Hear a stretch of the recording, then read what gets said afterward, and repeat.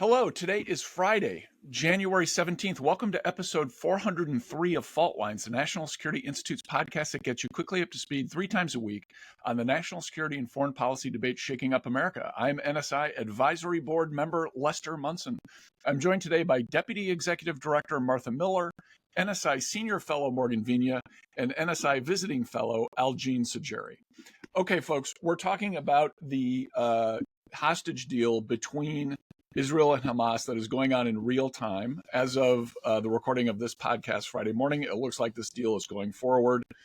Negotiators included members of both President Biden's team and President-elect Trump's team who were working together, speaking with the interlocutors for Hamas and with Israeli officials.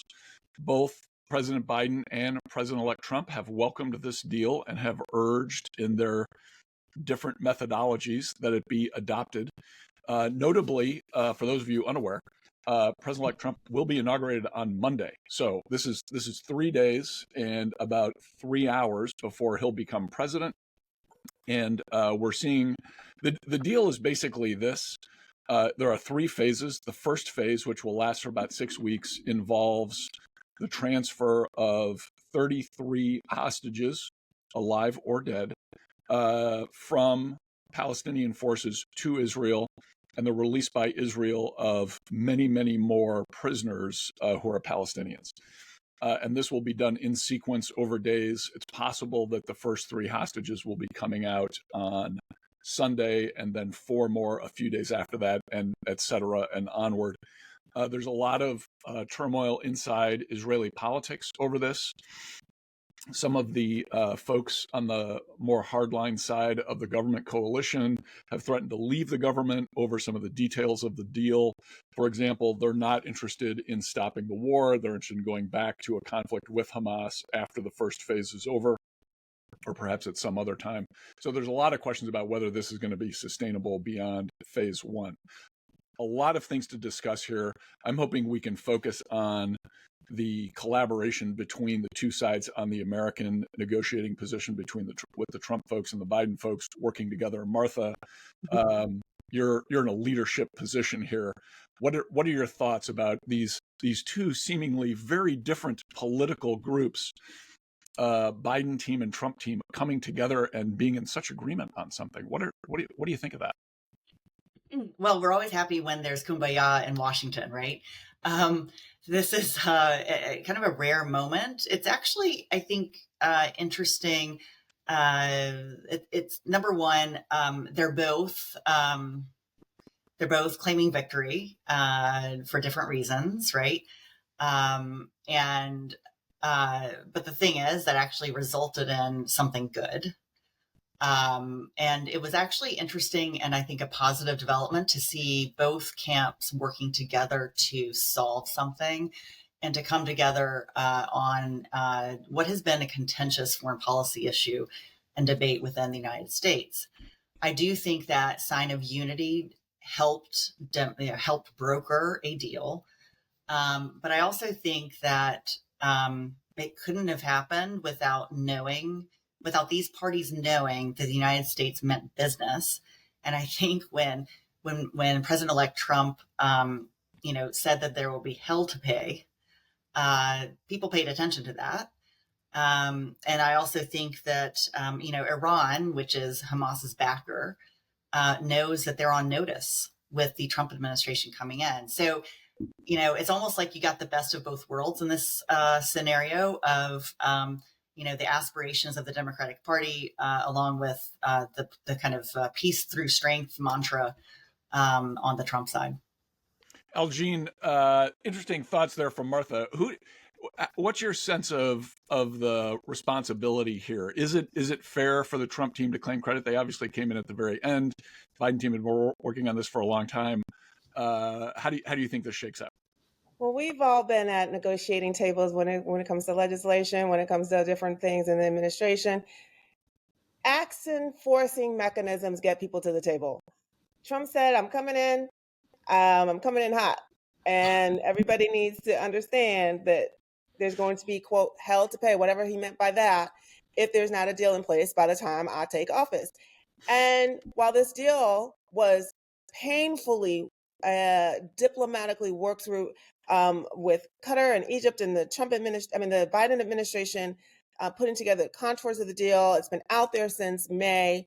Um, that action forcing mechanism is often what's needed to get negotiations over the finish line, right? As we all know this.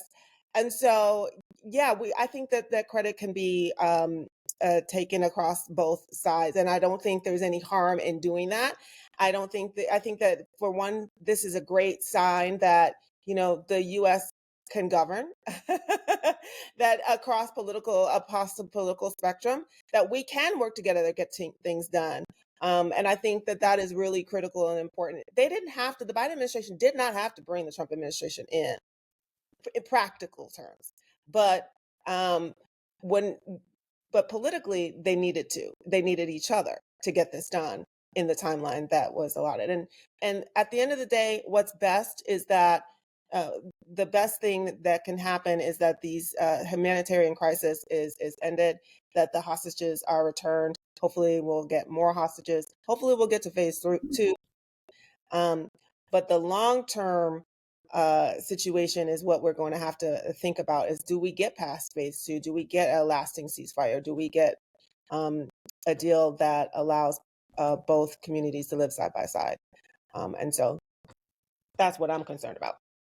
Morgan Vigna, I was told repeatedly that Trump and Biden were very, very different people, that there's a huge divide in this country, that things have never been more partisan and nasty. So why is Donald Trump out there promoting a deal negotiated by Joe Biden as his own? What the heck is going on?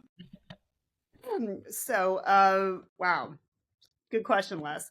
Let me just sort of back up here for a second and just put it out there that this deal is complete crap. It is very disproportionate. We're getting like a few dozen Israelis back and release, and Israel is going to have to release thousands of Palestinian terrorists back onto the street. Like this is not great, right? But we are 15 months into this, and the Israelis want their people back. And I don't think we are in a place to judge where they are as a nation, and the steps they feel they need to take to get their people. So that's thing one. I think two is that this deal will pass the Israeli cabinet. They've got the votes. Yeah, Smotrich and Ben-Gvir, may hate it, may vote against it. They're going to lose. And that may have repercussions on the makeup of the Israeli government. Looking closer to home in terms of the Biden-Trump teams working together, I'm a cynic when it comes to this. As Martha mentioned, they're doing this for their own reasons. Biden needs a legacy in the Middle East. He wants to leave on top, and if this deal holds, it's going to be his lasting legacy in the Middle East that he was able to get these hostages released and back home. Trump, on the other hand, thinks that he's the guarantor of this deal, and it would not have happened but for his ability to see it through to next year. To Algene's point, and she mentions long term. Yeah, I'm skeptical as to whether or not we're actually going to get to phase 2, let alone phase 3. But I will say that ultimately, this conflict is far, far from over. Israel needs to reestablish regional deterrence in the region.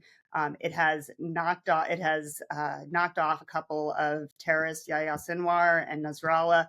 Great. But this is bigger than that. It's about Iran. And as Iran marches towards nuclear weaponization, that's going to be a real question in the next 4 years as to whether or not the Trump administration is going to be able to stem that. Yes, Iran is isolated right now, but if we don't maintain the pressure, they are going to have the ability to reconstitute themselves and march towards that weaponization and hold the region hostage ultimately. All right. So surprisingly, I kind of end up where Morgan is on this issue. I think on the merits, there's a lot of reasons to think it's not a terrific deal for Israel. I'm not sure any other deal is possible at this point, given the dynamics between Israel and the Palestinians, though. This will roll forward. I think a larger lesson here is there are way more similarities between Biden and Trump on national security policy than anyone wants to admit. This is yet another example of that. But Morgan, you were exactly right. The difference is going to be Iran and the extent to which the Trump team can segue from this deal for however long it lasts. And I suspect it'll go a little bit beyond phase one. But however long it lasts, flexing into a more coherent approach in the region that involves isolating Iran and working with the countries in the Middle East that are worried about Iranian expansionism, so Israel and the various Sunni Arab states, is going to be the critical question going forward over the next 6 to 12 months. Okay, that's a wrap. Thanks so much to Kelly Crowley, Claude Jennings, and the NSI staff for their help in producing today's special episode. I think it's really a fun Friday episode. It's hard to call an episode about hostages being exchanged as a fun Friday episode, so I'm going to withdraw that. Join us on Wednesday, January 22nd, for another episode of Fault Lines, the National Security Institute's podcast that gets you smart fast on the national security and foreign policy debates shaking up America. We are also on YouTube. Check out our channel there for a video of today's episode. If you like what you heard or saw, please be sure to rate, review, and subscribe.